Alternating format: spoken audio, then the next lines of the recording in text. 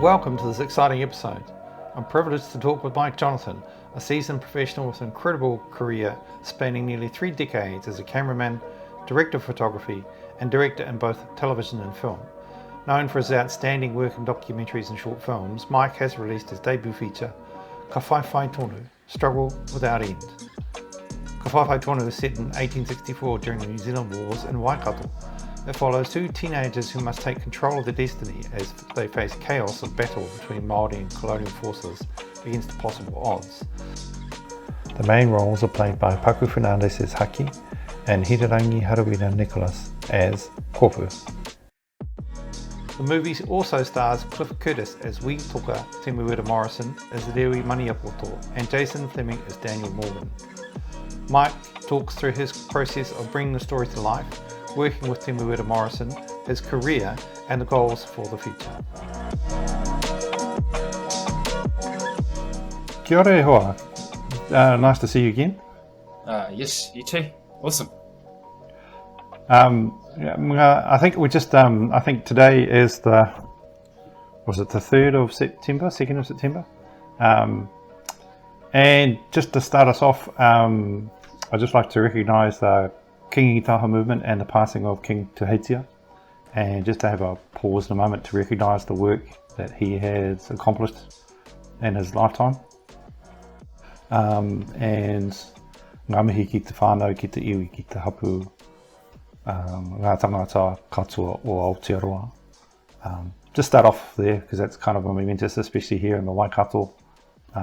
So I just thought I'd start that. Sorry to start off a sort of a solemn moment there. I'm just really thankful for you to come on to the podcast today, and you've seen what we're about, and I'm really fascinated by the mahi that you've done in this space, and really interested in your perspective on these kaupapa Māori stories, these kōreros about our people, about our history, and the impact that we're having. And I think there is quite a lot to be said that goes unsaid, and just really wanted to talk to you about that. Yeah, I mean, it's a lifelong journey to make a film that means something to you. And the biggest thing with this film with Kawhawhai Tonu is that I have whakapapa in this movie from multiple iwi, not just from one iwi, Rewi Maniapoto, but from the Tūhoe side, from the Raukawa side, and others that joined in that pakanga or that battle in 1864 at Rāko. So yeah, it was, I've been in the industry for 32 years, making TV shows, documentaries and films and short films, making a lot of feature films for friends. I just needed a break into something that I was really passionate about, which was my whānau or my whakapapa. And so Kawhawhai Tonu really stemmed from that, wanting to make a film that would make a difference straight off the bat. And it's not the traditional way you'd go about making a movie. You'd make a movie for like $1 million, and if it did really well in cinemas, then you'd get to the next step, which is probably make something like Kawhawhai Tonu.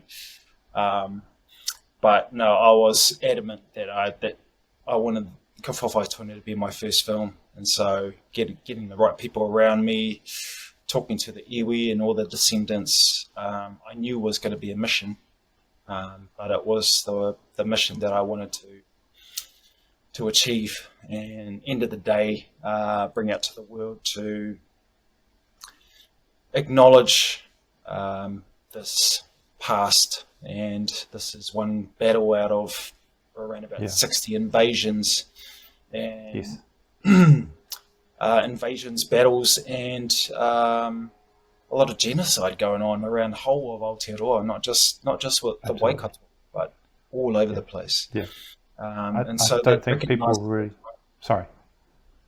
Oh no, just it's just something to recognise that time, and what a time to bring it out. You know, where the government's probably the most non-Māori supportive government ever, and with the kingitanga and their influence in the Waikato campaign, but also the passing of King Tuheitia, which brings it to another level of where are we going to go to next? You know, we just finished the koroneihana. We just finished the coronation last week. Yes. And a lot of Māori banding together on so many occasions. And we will see in the next few days who will be the successor. And I'm excited as a Māori in Aotearoa, as a New Zealander in Aotearoa. I'm excited at the possibilities that are yet to come to support all of us. Absolutely. I think a lot of our communities don't know that our history, don't understand that this was only a few generations ago, that these mamae are still with us, and would rather sweep it under the carpet and not think about it. And I don't think as a country we can afford to do that. I think we need to tackle these stories head on and understand. I think there's a lot of fear among politicians especially that there might be retribution, but that's not what I feel needs to happen. It's about healing and it's about understanding. And Whawhai Tonu is a powerful story that all New Zealanders need to see. And just educate. It's as simple as it gets. Just educate yourself before you talk about a subject, I think. Do you agree with that? Totally. I think, don't be afraid. Don't be afraid to dive into our past and acknowledge that something tragic happened, something traumatic, and that Māori have been carrying for 160, 170 years. And it's okay. It's okay to watch Whawhai Tonu. It's okay to, if you watch it, there's no sides being taken. It's just a perspective from the Māori perspective mostly, and you already feel a sense of integration of Māori and Pākehā coming together. And it's just how we do that from that time, but how we do it today, it reflects that. Yeah. Your approach, I mean, it's a strong, powerful story. When you first thought of creating this a movie, what was your approach?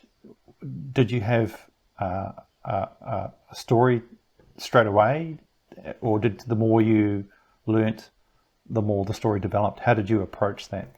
Because it's a massive, massive story. Oh, it's a massive story. It's Tim, the writer, Tim Worrell, amazing writer. He was always the one to bring on board to write this.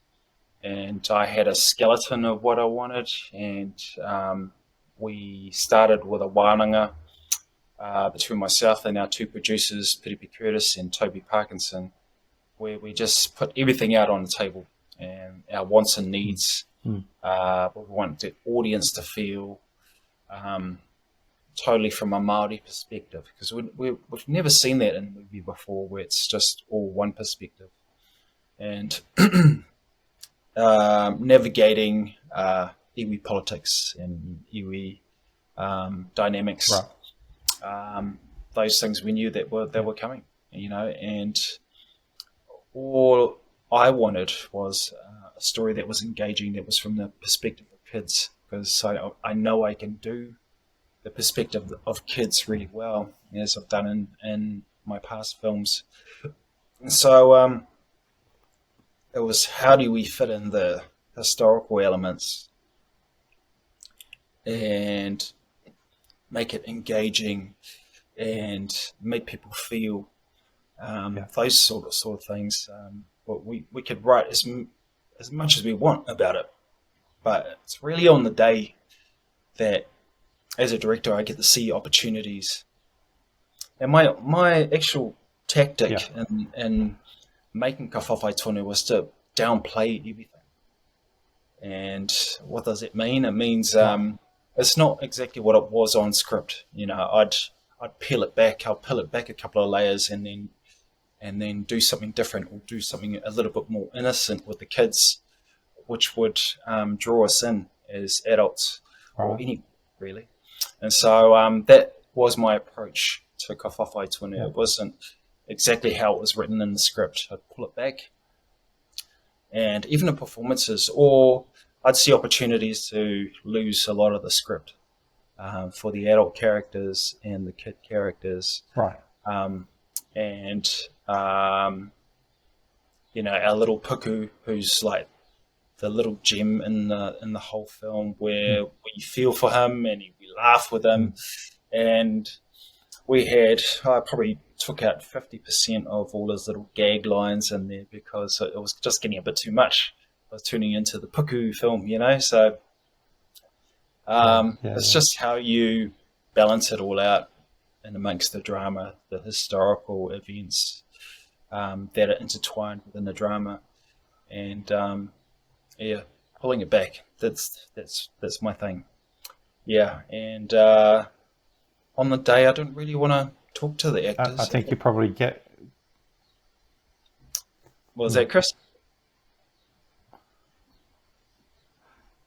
Well, you mean you've got such an amazing talent pool there, and especially with Uncle Tim, if I can call him Uncle Tim. I've never met him in my life, but he feels like my uncle. That kind of talent, you can just pull back and let them do that. Do you think? Yeah, well, his story is quite interesting. We're having him on set. I mean, he's the rangatira, you know, in every way, not just playing Rewi, but when he comes on set, he's got this kind of presence about him, and everyone's just like, oh, there's Temuera. Oh, okay, you know. So he's got this reaction that he causes around the set, which is cool. But he told me that he had trouble trying to play Rewi and trying to find his mojo within the character. And he's afraid of two things. Kids, because they just act right off the bat, and they could like steal the scene. And the other one is hello. I'm on the podcast. That's my wife. Oh, she's giving me food. Excuse me. Tim Weir's afraid of two things. So kids that straight off the bat are just amazing, and they can steal the scene. And so he kind of stays quiet for a bit. The other thing he's afraid of are raw actors that haven't acted before, and he likes to just observe and see where they're coming from, see how hard they're going to go in the scene. And so that kind of gives him a gauge of where to play his character. And the very first scene where there's a big hui, it's in the forest, and then Tim gives this amazing performance as Rewi. He didn't really know what to do. And so I could see him, he was a bit troubled on screen as I'm watching him on screen. I was like, oh man, what's going on with him? So I go up to him and goes, you're all right? And he goes, why am I saying all this stuff? You know, what am I doing here? And I said, did you read the other characters' lines? He goes, no, I just read my lines. So that's all that counts. So I said, well, you need to read the other characters' lines so you know exactly what's happening. Yeah. So I give him a couple of minutes. And, he's waiting. I'm looking at him. I said, you were good. And he goes, come over here. So I was like, oh, no, here we go. We're going to hold up the works again. What's happening? So this is the event where we're going to decide to make the pa and have the battle. And I said, yeah. And I said this to him. these are the exact words that Rewi said. And the character over there, Te Whenua Nui from Tūhoe, they are the exact words that he said. As soon as I said that, he went, "Oh, got you." So the words have mana already, and he got it. So I gave him another minute, and he just put on this amazing performance. And there were tears in his eyes. And after that scene, I just said, "That's the best performance I've ever seen you do." And you're going to have to do it 5 more times so I can get different angles. Yeah. No, it was awesome. It was so cool. Such a privilege to work with Uncle Tim. Yeah.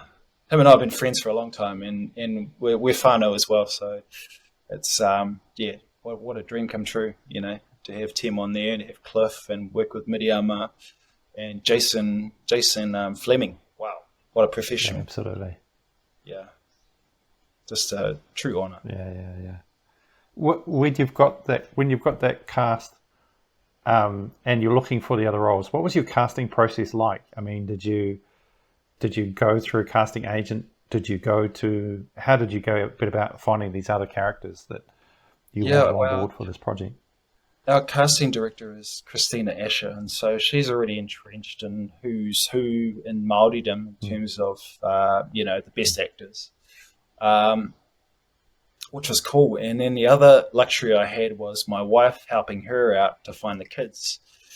And my wife made an app on a phone and found out all the kids, and then she'd send me via the app all the amazing kids. And then I just had to go through and shortlist everyone. So I had the video, I had their names, where they're from. Yeah. So it just made the process a whole lot more streamlined. And then the adults already kind of knew who I wanted.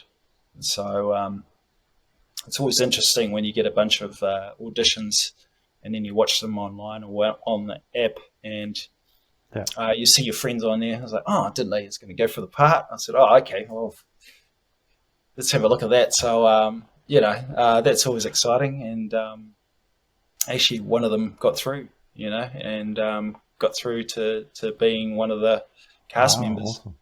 So, it's cool. It's always exciting. And, with the English actor, we were looking at someone who had a bit of mana in Hollywood. And so I was going for the kind of big guys like Killian, who plays in, Peaky Blinders, that guy, Cillian Murphy, and then Tom Hardy. You always got to go for the top, and then you kind of make your way down the list. But Jason Flemyng come out, and because our line producer, Kat Stevens, cool name, she had worked with him previously on a job in South Island, and so she had her number, and he was really good to work with. Yeah. And I jumped on a call with him. He absolutely loved the script. He even loved the character he was playing, even though he was like the demonized British guy. But he knew what it would mean for New Zealanders to watch the film, to see a perspective. And such an exciting time to work with Jason as well. Yeah. Yeah. Can I talk about some of the other crew and the environment that you created? I mean, there's a lot of, one would imagine, pressure to tell the story right, and choosing the right people to do that is critical. Can you talk about, your collaboration? You're a cinematographer yourself, and can you talk about collaborating with the team there, and what kind of environment was on set at the time going through that process? Yeah, awesome. That's a really good question. The priority was to make sure we create an environment where we were all equal, where we were given a brief, and I gave this Bible, talk about Mike's Bible a lot, in Whawhai Tonu, and prior to filming, maybe about 2-3 months out, I hand over this Bible, and it's got absolutely everything, every reference from that time to do with the clothing, what Māori wore, what Pākehā wore, all the weapons, grenades, all sorts of things, cannons from that time. So I'd done half their work for them already. And the other thing I said to them was just, I already know how good you are. You guys have been selected because you're, like, to me, the best. And so just do the best with your crew and bring it on the day, you know. So and the response I got from that, from all the heads of department, was like, oh man, this is the way I want to work, you know. This is like, give me freedom to just go for it. And then once we did checks on, you know, who's going to wear what clothes, that was easy. It was an easy process, just emails, and I'd go, I like that, see you later, go and do it. Or I'd go to meet the actors who are trying on specific costume and things like that, to special effects, to where Paku's getting hit in the Paku. So even like prosthetics and stuff would need to just sign those off. So it was good to create an environment where there was freedom to just go for it and show me what you got. On set, the way we ran it was very Māori. It was a karakia in the morning, and which always encourage anyone in the crew to do it, not just one person, not just one tohunga. And everyone would have a go, and it was awesome. And then would explain that it's not like a ritual where we're praying to a god. We're not actually doing that. So we'd give people context about karakia, and if you wanted to do a godly karakia from your religion, that's fine too. But it was awesome. It was awesome to just be there and to give everyone mana. It was a mana enhancing environment. That's what I would say. And every now and again, you know, because we're following this Hollywood sort of scheduling and how we do things, and they'd go head to head with tikanga. So tikanga wasn't working with the Hollywood style of doing stuff, and then it hits every now and again. But for sure. we just sort it out straight away. So my thing, let's sort out the problem. Nothing's a problem until it's a problem. And then sort it out, and then by the next day, nothing's there anymore. So it's just a nice clear road. The heads of department could call me at any time, text me at any time, where sometimes directors don't like doing that. They don't want to be a part of it. They just go, just leave it. But, you know, I wanted them to have access to me, because it's, end of the day, it's the director that makes the call for creative things. And then if it's something that goes over budget, then it's a producer thing, you know. But every now and again, would push as much as we can for it.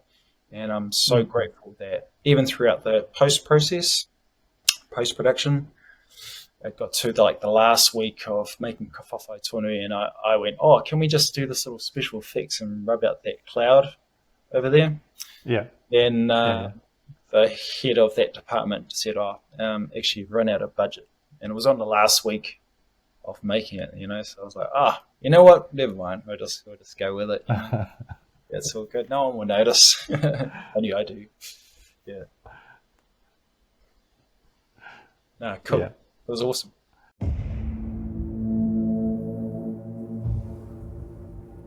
Tāku e whai nei ko te oranga tonutanga o tōku i.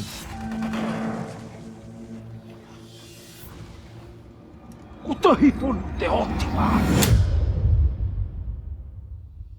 Ko te mate.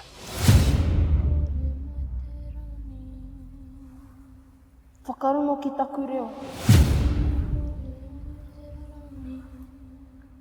E arai. Ko kōrero mai o mātou atua paka. Atiwa, me patu te mauhere nei. Tai hoi patu.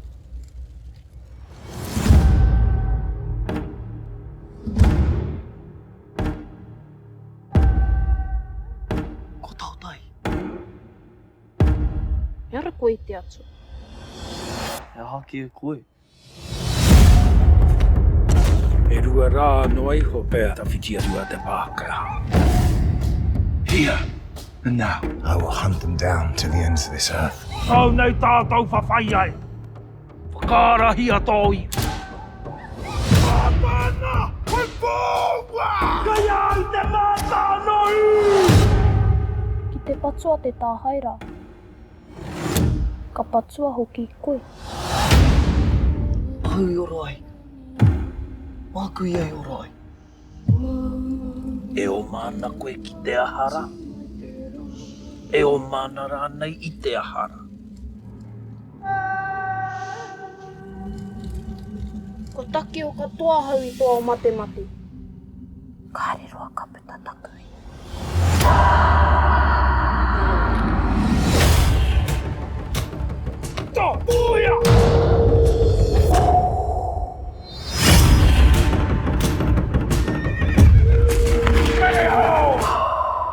Watu!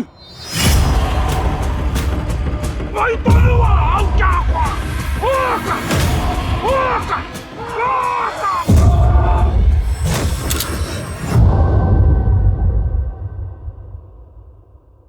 All that is left us is to strive to recreate order by darkness and mayhem. What if we are the mayhem? The darkness.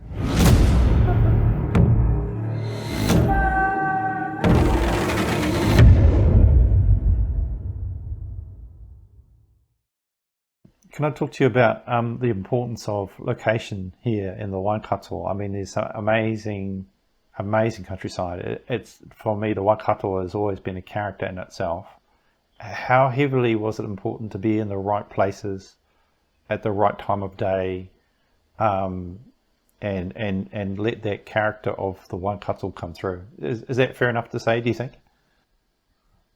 Well, first and foremost, the Whawhai Tonu is based in the Waikato. The whole film is based at Ōrākau Paiwai, just outside of Te Awamutu or Kihikihi. We need to stay on the whenua as much as we could. And even though I'm based in Rotorua, and if we go over the hill in Mamaku, we're already in the Waikato. So our whenua that we end up using to make the pā is on that maunga of Mamaku. And so we filmed, we made the pā, a replica of the Ōrākau pā up there. And to have it on Lokawa land just made it all so much better. I think more of a wairua thing, so spiritually it just felt better that we filmed it up there.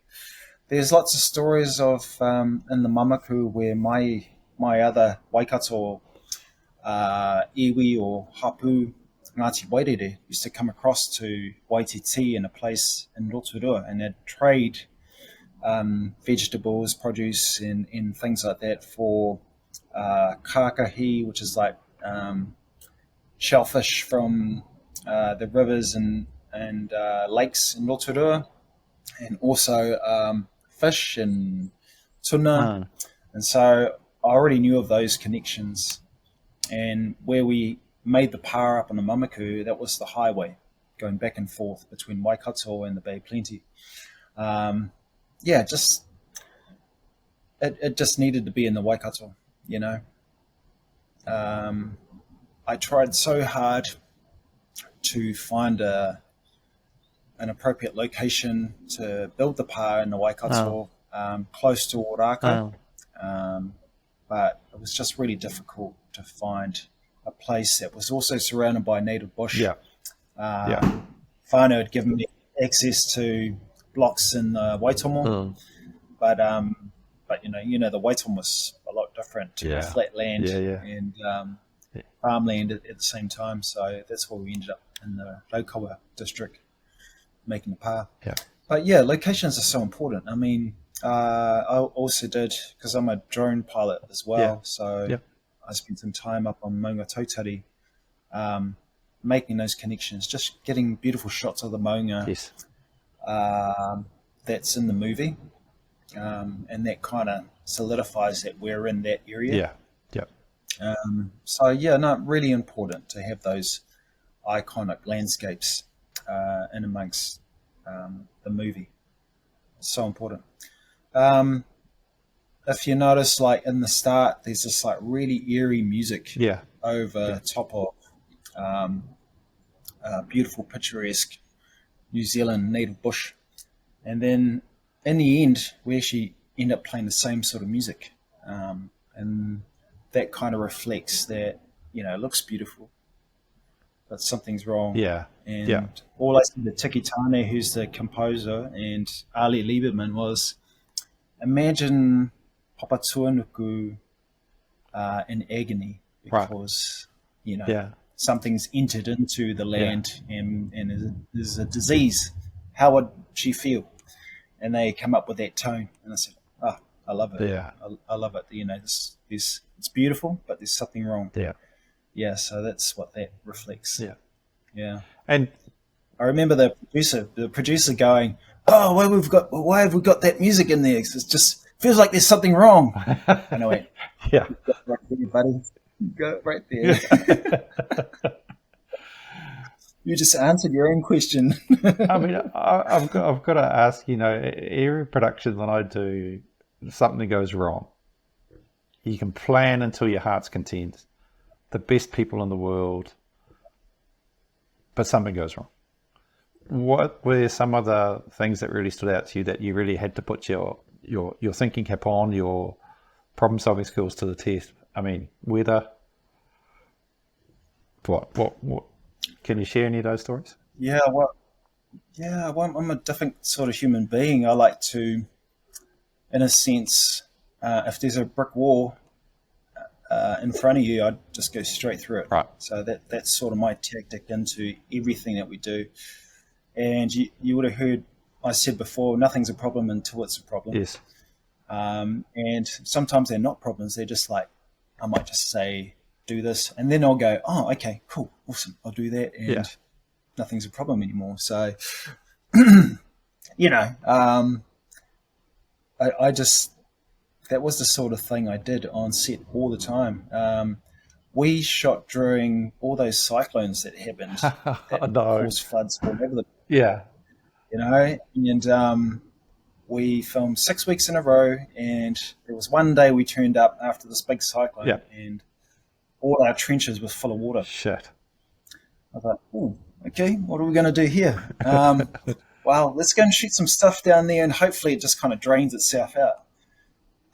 And that's exactly what happened. So we went and shot this other scene just in around the area, came back at lunchtime, and it was gone. I was like, oh. And it was a bit muddy, and so we just put some hay down, and we were back in there again. And then the sun came out, and so we were just so lucky. I think it was all those karakia that we did. Absolutely. That just kind of helped us get through every sort of event. Yeah. And then if there's a rainy day, would forecast, let's go into the studio. Yeah. As we did. Yeah. There was always any rain cover, we're in the studio. And there was probably one day, it was like one of the first 2-3 days where we dropped 2 scenes and we needed to get back out there and recover those scenes. But I kind of went, actually, you know what? We don't need one of those scenes. So that's going to save us 2 hours. So let's just shoot the other scene that we missed. So, it was all to do with just talking to the first AD, who's this incredible superhero, Kerry Carter, who just like scheduling is his thing. And so he predicts when things are going to happen and blah, blah, blah. Amazing people, first ADs. And we just worked together. We're little side kōrero. Yeah. And we just progressed. Well, everything was, it's like a moving train. So as soon as we start, we're on this bloody fast moving train. Yeah. And if not on it, you're going to get left behind. And so everyone jumps on the train and we're going for it. And it's not going to stop until we say, oh, that's all right. So everyone's on the train and it's awesome. Cool. Everyone's going for the ride of their lives. And every now and again, we're going to get into a bit of trouble. So we just smash it on the head. Yeah. Amazing. So everything's captured and everything's there. You're into post. Did you take a breather? Did you have a little bit of away from the situation and then come back, or did you get straight into the cutting process? Yeah, no, I had to get away. So we had this amazing rap party with all the whānau that helped us out, all the descendants that came and became an extra acting as their tūpuna. Amazing. And had this whopping good party. It was like, wow, 3 a.m. we finished. And I left about 2, and I'm going home and just going to rest. And then the next day we flew to Bali for 21 days. Wow. And nice way to decompress and just get your mind away from it. Yeah. And it's really cool. And I, you know, I think every person who does extreme sort of work like being a director on a film set should do, just to decompress and step away from it for a little bit. Yeah. One of my producers was going, "Oh, you should come back on the second week." I said, "No, I'm going to take 21 days off, and I'll be in post straight away." Yeah. So Yeah. after that 21 days, got in the post, and my editor had already done like a rough cut. Amazing. Yeah. And 21 days. The film was 4.5 hours long. Amazing. All the scenes. Crazy, eh? Yeah. And so we kind of knew what to shave and what was working, what was not working, because you see it in context with all the other scenes. Yeah. And so that took about maybe another 2 months before I had a rough cut. I was happy with the show, producers, stakeholders, blah, blah, blah. Yeah. And those people thought, oh, we've got a really good film on our hands. Amazing. Yeah. So it's really, really good to hear that, you know. Can I talk about the relationship? Because they often say that the editing process is the third time you write the movie. How important is that relationship, and how does that work for you with the editor? And it's another collaboration and another relationship to manage. What's your approach there? Are you in there every day, or do you give notes and then go away? How does your process work? Well, for Whawhai Tonu, it needed me to be there every day. Yeah. You know, there was a 4.5 hour edit, you know, that we needed to cut down. That the editor couldn't do that. You know, story wise, or he'd just go and hash it together, and then I'll come back and go, oh, where's that scene gone? That scene that I loved. So you need to work closely with them. Yeah. And get all the scenes in some sort of shape. Yeah. Where I'm okay. And you know, where Tururuhi Paki's like, he's 25 years deep in editing, and this is his first feature film. Wow. Yeah. And actually, the first thing I said to him was, "I'm just going to let you know, bro, that we're going to bring in a second editor." And he didn't quite warm up to that detail because, you know, the film's his baby. You know? Yeah. Absolutely. But I did say to him, it's just going to be part of the creative process that, you know, we get so close to it that second editor will see things that we don't. Yeah. And that's exactly what happened. And so when we brought in the second editor was 9 months later, and then Tururuhi was jumping onto a second feature film, which was amazing. Yeah. And so much good work on it. Martin Brinkler is his name. He came off Joyka. So just finished editing Joyka, or co-editing, the director. Yep. And he come on and gave us this other perspective. And it was shorter, and I kind of lost some of my favorite scenes in there, which is I'm okay with, because I need to just chat with him about it. And he might not had the sensibility of things Māori in the film. Right. But that was okay. I just needed to teach him. Yeah. I'd say I really need to see him because it means this to me and to our people. Yeah. And once I explained it to him, he'd be like, oh, okay, well, we're going to put it back in then, you know? So it was a real cool process. Actually, I love the whole process of the editing and where we got to, and where we just sped things up. We were fluctuating around about the 2 hour, 2.5 hour sort of area for the duration. And we managed to get it down to just under 2 hours, so 114 minutes, which we thought was a real prime spot to be in. Right. And for the audience, you know. With all, given the ebbs and flows of the film and the dramatic storylines and arcs, and we can make people feel how I want them to feel. And no, it was absolutely beautiful. And then just bringing in the music of Tiki and Ali, that was like icing on the cake, really. Yeah. Or the cherry on top, should I say. Yeah. Yeah, really interesting process when you're making a battle or a war film, Yeah. and you have a guy that puts in all the gunshots. Yeah.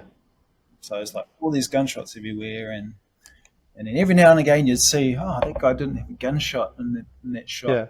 and then you got your eagle eye on and your eagle ears, and then you go, actually we're missing about 35 shots in the film. So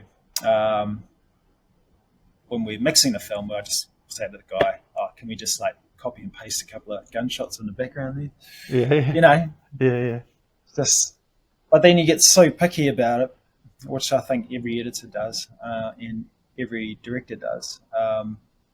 They just want everything covered, but you can miss a few things and people won't even notice. The only person that notices is me and the editor. So it's a fun process. I loved it. Absolutely loved it. Tell me about the collaboration with Tiki Tane and that kind of thing. You've done your atmosphere, you've done your effects, sounds, and bringing in Tiki's work. How did that change the movie for you? Yeah, well, Tiki Tane and Ali Lieberman, they're like the best musicians that could make a score in Aotearoa at this moment. I mean, what they gave, they had a month to pull it, really pull it in. That's not a lot of time. Because, it's not a lot of time. I mean, they had some sort of kind of skeletal work here and there, but really they needed to get together for a month and make this baby, a beautiful baby. And they just hung out together and just vibed.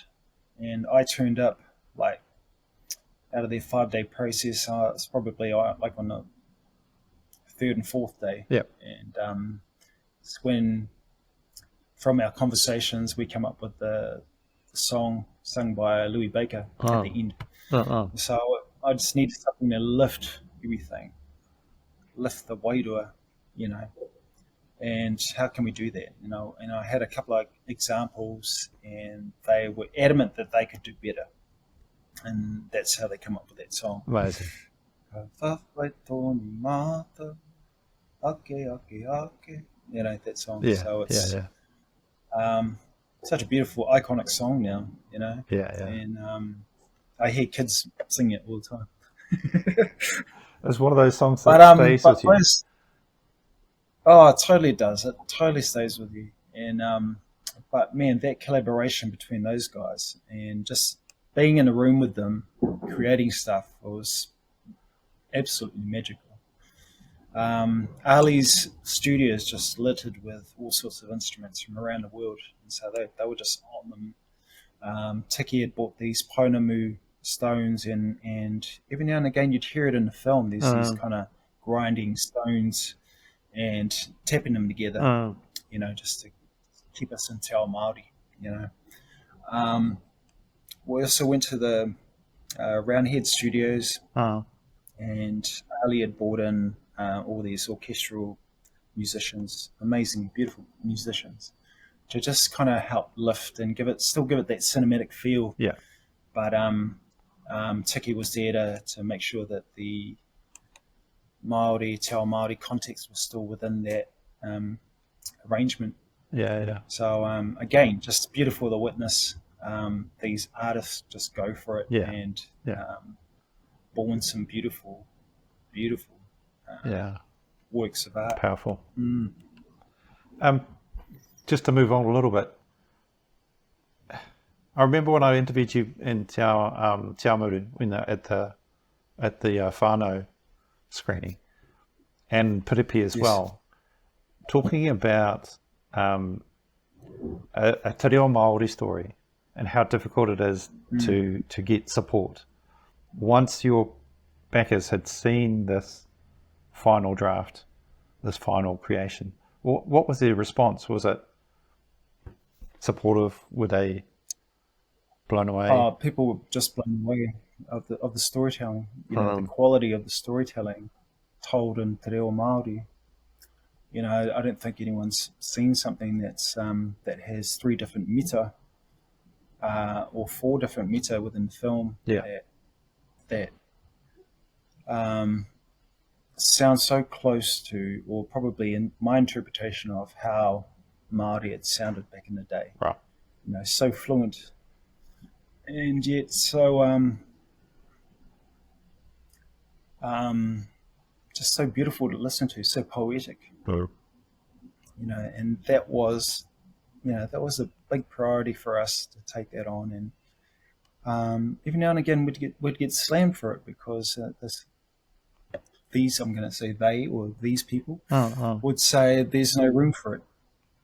You know, where you watch the series of Shogun, Yeah. you know, which is told 90% in Japanese. Yes. And with subtitles, and it's still a beautiful story, you know. And amazingly received and watched in America. The audience that you wouldn't expect to read subtitles, to be bothered with it, has absolutely lapped it up. So what's the difference?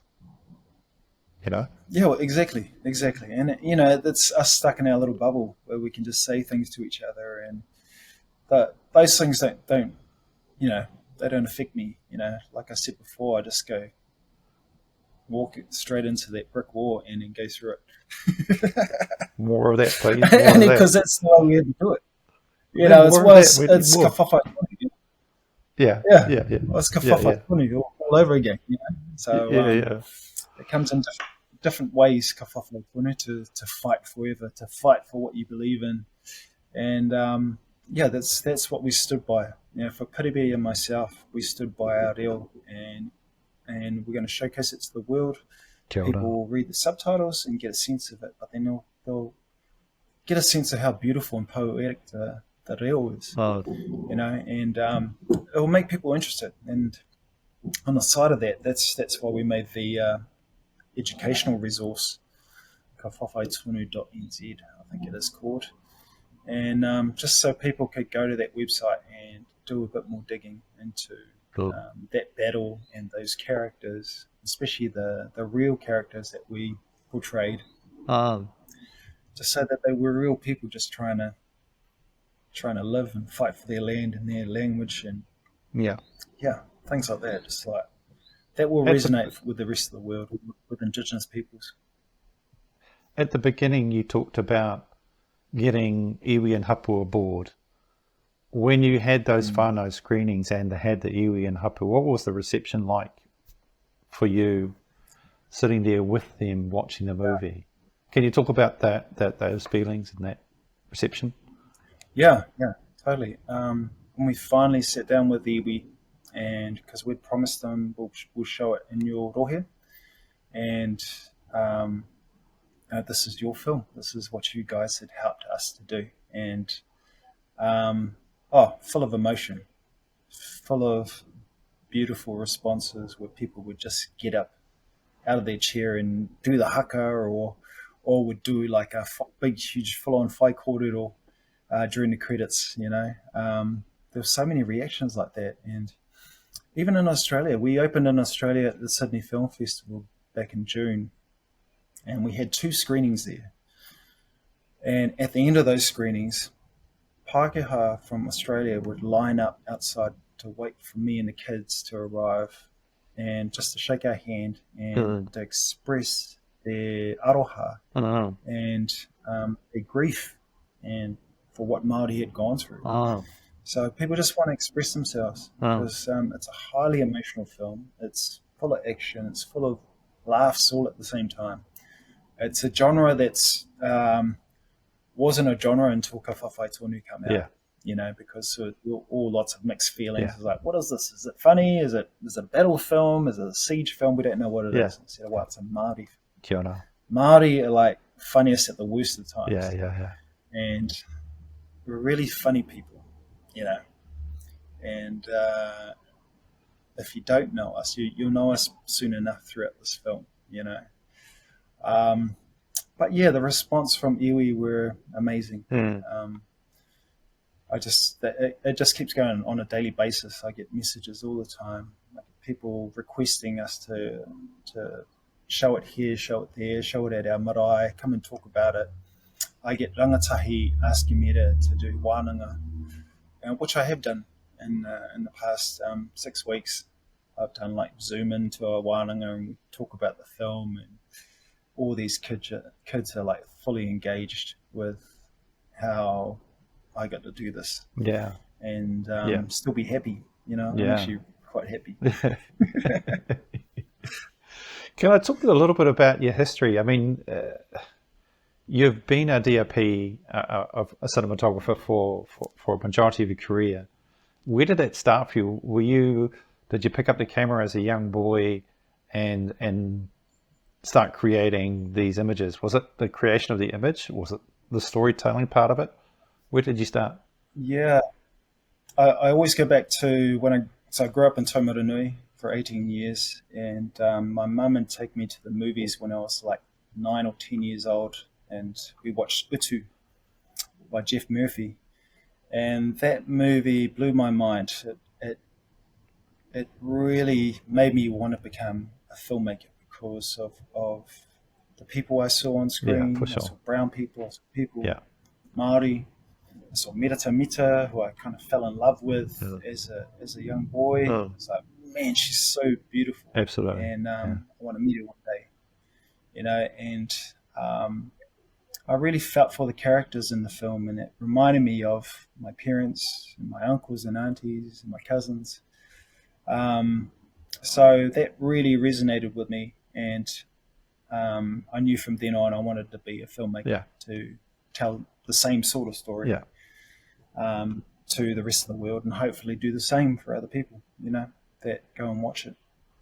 So that's where that stemmed from, and then kind of progressed through Taumaranui. There's nothing there but cows, sheep, and playing rugby. So I just played rugby, and I went into photography and absolutely loved that. We would go into a dark room and develop film, and I'd experiment with lenses and all sorts of things to do something different. Yeah. And always strive to do something different. So I took that on, went to Rotorua, to the Wairakei Polytechnic, and was doing commercial design, which also had photography, drawing, things like that, sign writing, and I focused on journalism, and I interviewed Martin Rakuraku from Te Karere, and he's a long-time reporter for Te Karere. No, it doesn't do it anymore. And then within about a year's time, I did a Bay of Plenty course in Tauranga on television production, and after that, I got a job with him as his cameraman for 5 years. So I kind of cut my teeth there, and progressed in Rotorua, being based in Rotorua, and just doing all sorts of kaupapa Māori jobs, going to hui, and then that spanned from getting jobs with other TVNZ shows like Tangata Pacifica, Fair Go, because of my bulky brawnness, that like to take the big Māori boy to fair go jobs so we can go and knock on people's doors. And then I put my foot through the door and was just like, hey, where's that money that you stole from blah, blah, blah. So, yeah, fun things like that. That was pretty cool. But did all sorts of genre, you know, the corporate videos. And then I started making music videos, you know.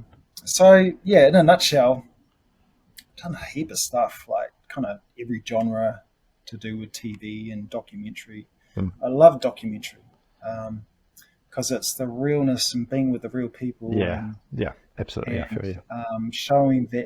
Showcasing their stories to the world is amazing. And I love working on documentary. That's kind of like my groove thing. And then also drama. Drama's like, that's the penultimate of what you can do.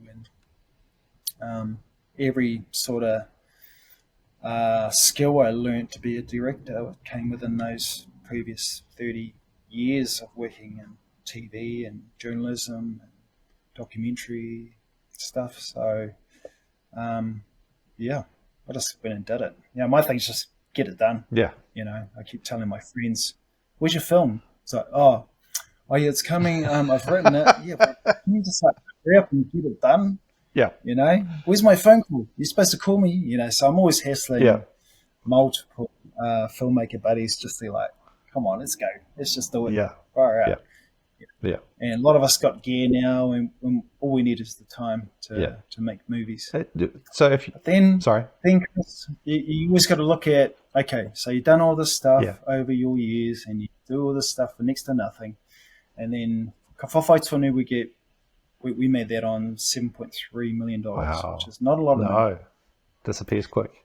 I mean, the Convert got 20 mil, and that's because it got a reputable director, Lee Tamohori, is like the Mantis, and Robin Schultz, who's like done all sorts of films. And so those are people with a reputation. Yeah, they can get that sort of money. But, you know, we're going to hustle for the money that we got for Whawhai Tonu. Yeah. And so I suppose, and you're probably going to ask me this, where to next? We want more money. Yes. To make our shows, to make our films, all from our perspective. Yeah, absolutely. And we need to find it, and that money's not here. Yeah, it's elsewhere. Yeah, and so there's all sorts of ways to do it, and you know, whether you compromise yourself as a human being to get that sort of money or not. I will not compromise my people. To do that. Yeah. So, you know, I've already been approached by some producers out there. And I'm not, you know, my thing's like, oh, what, this again? Oh, no, I'm not going to do that. Yeah. So this kind of be my reaction without, you know, disrespecting these people because they're just hustling all at the same time. Yeah. But yeah, we do need that big money to do these jobs, you know, because it is hard out there when you think it's just making the movie and then the movie's there, but then it's like, is it going to sit on a shelf or is it going to get distributed? So you need a really good distributor and people with money to back you as much as possible to get out there to more of the audience. Yeah. So you're talking about distribution, and that's another journey in itself. Whawhai Tonu is out in the market now. Have you made any deals to get it out onto screens around the world, or? Yeah, I kind of stay out of that world for now. I mean, I like to just like get my ear to it as to what's happening. Yeah. We're on the eve of showing Whawhai Tonu at TIFF, which is like a major A-list film festival in Toronto. Yes. And so that plays in a couple of weeks. Great. And I'm not going to be there just because I've got other family engagements to attend to. For sure. And but Piripi, our producer, is going to go there and represent, and he'll fly the flag and get as many Kiwis there as possible. Yeah. Living in Toronto. Just to wrap up and think about some advice that you might have. Curiosity, because I'm a small documentary maker, I'm a small corporate guy. What is some advice that you would give to rangatahi who have a camera, who have a laptop, who have an idea, apart from get on and do it? Kōrero is not enough, you got to do the mahi to get the reward. What would be some advice about getting into the film industry for them? Really good question. Just got to make a plan. Make a plan. What do you really want in your life? Do you want to be a filmmaker? Do you want to just be a DOP or a cinematographer? You actually have to decide those things right now, basically. And if you want to be a cinematographer and director, well, you can. You be anything you want. But you know, once you set that goal, it's that thing that everyone says, set that goal, and you got to do all those little things to get to that goal, which is what I did. Started from the bottom, and I am here, but I'm still going. So you sometimes you get job opportunities, and if it's something like making coffees on a film set, you take those jobs. Yeah. You be there every day, be early, earlier than everyone else, and you just turn up. Yeah, and once you can show your worth, because people will keep an eye on you. They'll go, that guy's pretty good, or that girl's like awesome. She turns up every day, gets my coffee ready. I'm going to watch her. It's all those little things that get you further in life. And if it's that director you want to be, you have to start getting good people around you to create something. And sometimes it's hard because every person is on their own journey, and they all got their own goals. But every now and again, you can get people that can help you, and you can help them on their journey to get there. And that's all it is. I mean, for us as Māori, you're living in the Whawhai Tonu era, which is every day you're struggling, and every day you have to fight for something. So that's just what it is for now. Got to keep fighting. Yeah. If you really want it. Yep. Keep fighting. Keep telling the story. Yeah. Yeah. Kia ora. Hey, thank you so much. I think I've taken up an hour of your time today, and I really appreciate everything you've said. It's all good, Chris. It's encouraging. It's enlightening and lifting us up, and thank you so much. Thanks for watching. I hope you got as much out of this as I did. I can't wait to share the next exciting episode with you. And until that time, te konei rā.